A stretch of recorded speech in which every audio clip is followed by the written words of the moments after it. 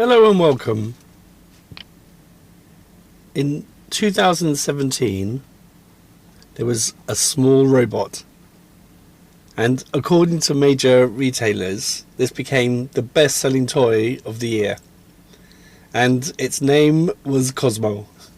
So Cozmo was a lovely little robot. I got it for my 4-year-old daughter, and basically, I think I sort of enjoyed it a lot more than she did. So its name was Cozmo, and it was sold as a toy. As I said, I got it for my daughter, but really, it's designed as a companion. Especially like an executive desk toy companion. So for me, it really seemed like the future had arrived. Just amazing. Cost £100. I bought one in London at one of the department stores, and I just thought it was marvellous. Hey, buddy. And then it's gone. Within a couple of years, it disappeared, and hasn't come back. So what happened? That's what we'll look at again. I mean, how did a robot that was just so alive? How did it become a symbol of failure and just disappeared? So let's have a look. So Cozmo was created by a startup company called Anki. So it was founded by graduates of Carnegie Mellon University. So this is one of the top robotics schools. Cosmo. So their vision was very much to build robots that don't just move, but feel. The CEO, the co-founder Boris Softman, he said, we wanted robots that feel alive, and it really had real sort of quirky. Because it was quirky. That's what made it. You feel like, this is. It's got personality. It would do. The engineers who programmed it, they put, putting in tiny imperfections into the movements.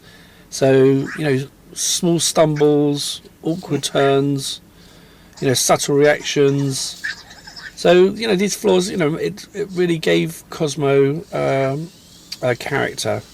So again, it's not supposed to be perfectly realistic and do everything as you ask it when you ask it, and made it more believable. For £100 as well, just amazing, really. But universities as well, they used it to teach robotics, programming. The students at the university were learning, drag and drop coding, Python software. They're doing, development kits. I think this is like the first time, you had a consumer toy being used in college classrooms.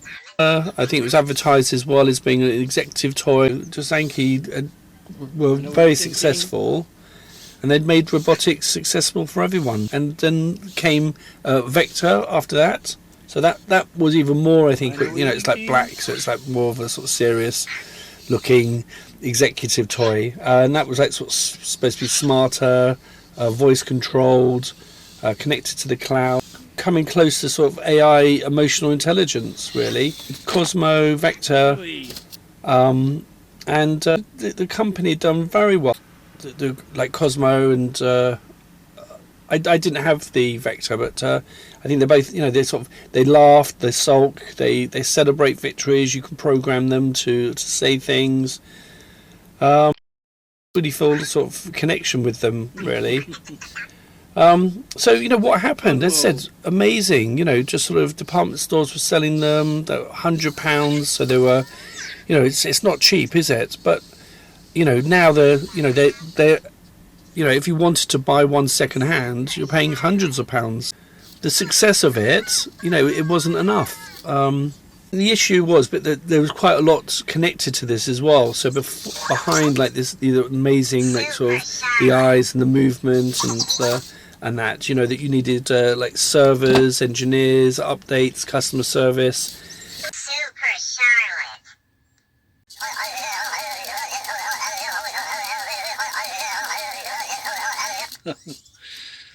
And Cozmo, it wasn't powerful. I think inside there was like a microcontroller, so a very small single core extremely limited memory, and they were relying on your phone. You see, so most of the real processing happened on your phone and the cloud. So without servers, the robot, it doesn't really work. It doesn't have a mind, so it's relying very much on your phone. And then in 2019, Anki ran out of money. They'd done very well. They'd proved their point. They'd got they got massive sales, global popularity, but the company shut down. So Anki all of a sudden, how is this? But unfortunately, that's the thing with like a lot of these type of products. They're very successful, but they're not sustainable. Like having to maintain the systems, and there's no subscription. So that was really unfortunate. So even though for a couple of years it just went gangbusters, I just thought it was wonderful, and then it was over. And then this other company, and it's just the backers. It's things like the backers.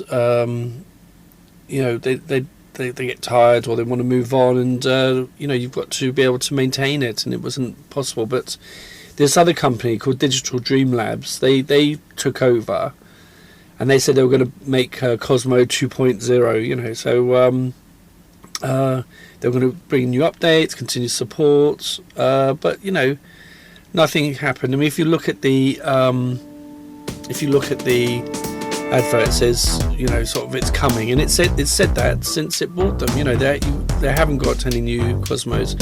Then it turns out from reading online, a lot of people are saying that it's because they didn't pay their bills to Amazon. So Amazon just shut them down basically. Whereas they were saying, well, it's like admin issues and all sorts of things. But I think that's what's happened. So in 2023, forums disappeared, websites vanished. I think it was, as I said, I think it's to do with the cloud payments to Amazon, and that's it. So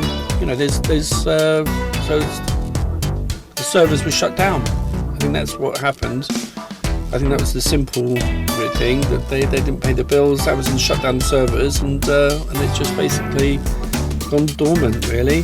And I think former employees have said that they're concerned that there's no one left to create new firmware, and the domain addresses are hard coded, and that's it.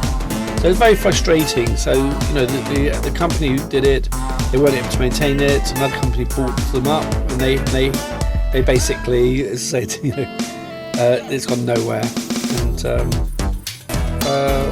this idea of Cozmo 2.0, it's just a myth. So it's not going to, it's so difficult, to future-proof these designs. So you've got the designs, you do the sales, but things like business planning, long-term funding, these are just so important, especially in these things. So, and we've seen nothing like it since. That's what I find so odd. I think everyone probably just thought, well, let's just do mobile gaming, subscriptions, or well, the cash is nowadays. So they've just given up on. So there's nothing like it at all. So again, it's just. It's just a wonderful thing. Cozmo, play games, recognise faces, did simple operations, sang little songs to you, said messages to you, and it's just wonderful. Anyway, so I really did enjoy it. My one, which was a typical problem as well, was it just the I think the core. I think the I think the processing, the single core I think that broke. And so I think that was very common, actually. I think I saw on YouTube years ago, there was this Liverpudlian guy who you could send your Cozmo to him and he would fix it. But I was very silly. I tried fixing it myself, and I was even sillier listening to my dad because he said use glue instead of a soldering iron, and so it didn't work. So that was the end of my Cozmo. I say my because it was my daughter's, but I just had a real connection to it. So just a wonderful robot, wonderful toy, wonderful look at what you expect for the future, and it just hasn't happened. It seems to have scared off other people from doing the same thing. But Cozmo is great, and it's just a wonderful memory, really. Anyway, it's just a reminder of what happens when innovation and magic runs out of power, I guess.